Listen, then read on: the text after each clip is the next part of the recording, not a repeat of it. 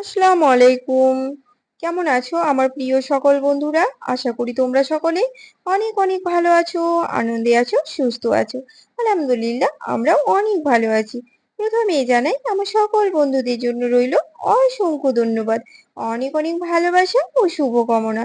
তা আজকে আমি তোমাদের সঙ্গে শেয়ার করতে চলেছি খুব হেলদি এবং খুব সহজেই কিভাবে বানিয়ে ফেলা যায় কাতলা মাছের মুড়ো দিয়ে মুগ ডালের মুড়িঘণ্ট। এটাই আজকে আমি তোমাদের শেয়ার করব কিভাবে বানিয়ে থাকি খুব সহজেই এবং খুব হেলদি। তো চলো, তার জন্য কিন্তু তোমরা পুরো ভিডিওটি সঙ্গে থেকেও আর কেউ কিন্তু স্কিপ করবে না, নইলে কিন্তু আমি কিভাবে খুব সহজেই মুড়িঘণ্ট বানিয়ে থাকি তোমরা কিন্তু বুঝতেই পারবে না।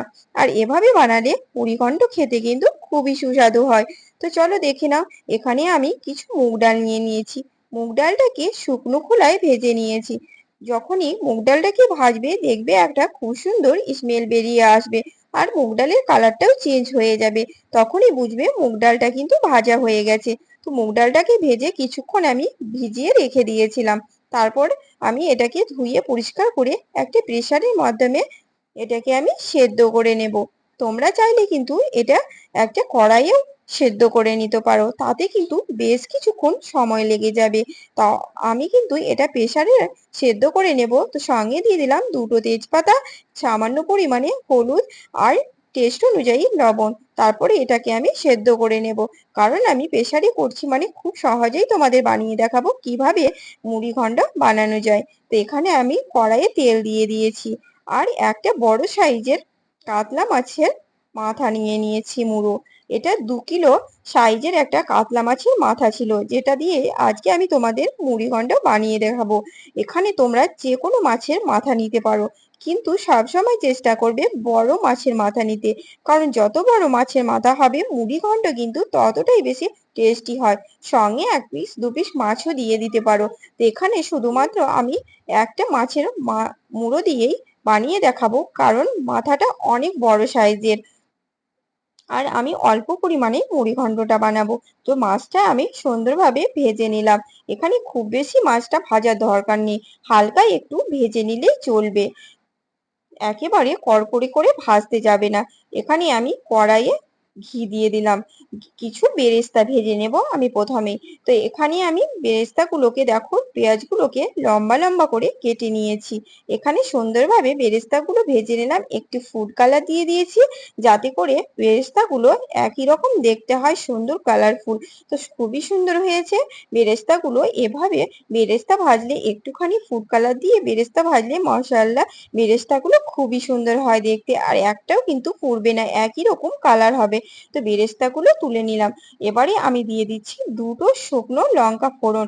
শুকনো ফোড়ন লঙ্কাগুলোকে অবশ্যই একটুখানি ভালোভাবে ভেজে নেবে, তাহলে কিন্তু শুকনো ফোড়নের লঙ্কার একটা সুন্দর সুগন্ধ বেরিয়ে আসবে, তাতে করে মুড়িঘণ্টটা আরো বেশি খেতে টেস্টি হবে। আর এখানে তোমরা একটু চাইলে নারকেল কোড়া ভেজে নিতে পারো ঘিয়ের মাধ্যমে, আর দিয়ে দিতে পারো। তাতে করে দেখবে অনেকটা নারকেল কোড়া দিলে এই মুড়িঘণ্টের টেস্টটা কিন্তু আরো বেশি বেড়ে যায়। তো অবশ্যই এটা অপশনাল, তোমরা চাইলে দিতেই পারো, না চাইলে না দিতে পারো। তো আমি এখানে কিন্তু কোনো নারকেল ব্যবহার করছি না। এখানে আমি দিয়ে দিলাম তারপর 1 চামচা গোটা জিরে ফোড়ন। তারপর দিয়ে দিচ্ছি আমি কিছু, দেখো, পেঁয়াজ কুচিগুলোকে এবার আমি সুন্দরভাবে একটুখানি ভেজে নেব ব্রাউন ব্রাউন করে। এটা অবশ্যই কাঁচা থাকলে ভালো লাগবে না। তারপরে আমি দিয়ে দিলাম 1 চামচা আদা রসুনের পেস্ট। তোমাদের মুড়িঘণ্ট পরিমাণটা যত বেশি হবে তত বেশি কিন্তু মশলার পরিমাণটাও বেড়ে যাবে। এখানে আমি অল্প পরিমাণে দেখালাম, তাই অল্প পরিমাণে মশলা বানিয়ে নিয়েছি। তো এখানে আমি দিয়ে দিলাম একটা টমেটো কুচি। এবার একটুখানি হালকা কষিয়ে নেব। টমেটো কুচিটাকে অবশ্যই একটু গোটা গোটাই রাখতে হবে, এটা কিন্তু একেবারে পেস্ট হয়ে গেলে ভালো লাগবে না। তাই দেখো আমি হালকা একটু ভেজে নিলাম, টমেটোগুলো খুব সুন্দরভাবে সেদ্ধ হয়ে গেছে আর গোটা গোটাও আছে। এবারে আমি ডালটাকে ঢেলে দিচ্ছি। তো ডালটা দেখো খুবই সুন্দর গোটা গোটাও আছে, আর কিন্তু এটা গিলো হয়ে যায়নি। এমন ভাবে সেদ্ধ করবে প্রেসারে যেন ডালটা একেবারে গিলো না হয়ে যায়, ঠিক যেন দানা দানা ভাব থাকে আর সুসিদ্ধ হয়। এটা তোমরা কড়াইয়ে কোনো প্যানে করলে কিন্তু অনেকক্ষণ সময় লাগে, এটা প্রেসারে করলাম বলে কিন্তু খুব তাড়াতাড়ি সেদ্ধ হয়ে গেছে দুটো সিটিতে। আর জলের পরিমাণটা এমন ভাবে দেবে যেন দেখো, একেবারে ডালটা থকথকে ভাব হয়, বেশি পরিমাণে দিলে ডালটা কিন্তু ঢিলে হয়ে যাবে, আর মুড়ি ঘন্ট কিন্তু একদমই ভালো হবে না। তো মাছের মাথাটা দেখো, দেখতেই পাচ্ছ আমি কিভাবে ভেজে নিয়েছি খুব সুন্দরভাবে।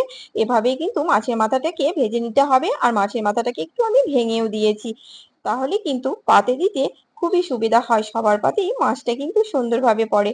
তো মাছের মাথাটাকে সুন্দরভাবে ভেঙে দিয়েছি, তারপর আমি নেড়ে চেড়ে নিলাম। তারপর দেখো, আমি দিয়ে দিলাম স্বাদ মতো লবণ, আর এখানে আমি দিয়ে দিচ্ছি 1 চামচ জিরের গুঁড়ো। তারপরে আমি দিয়ে দেব স্বাদ মতো চিনি। এখানে চিনিটা অবশ্যই অ্যাড করতে হবে, নইলে কিন্তু মুড়ি ঘন্ট টেস্টটা আসবে না।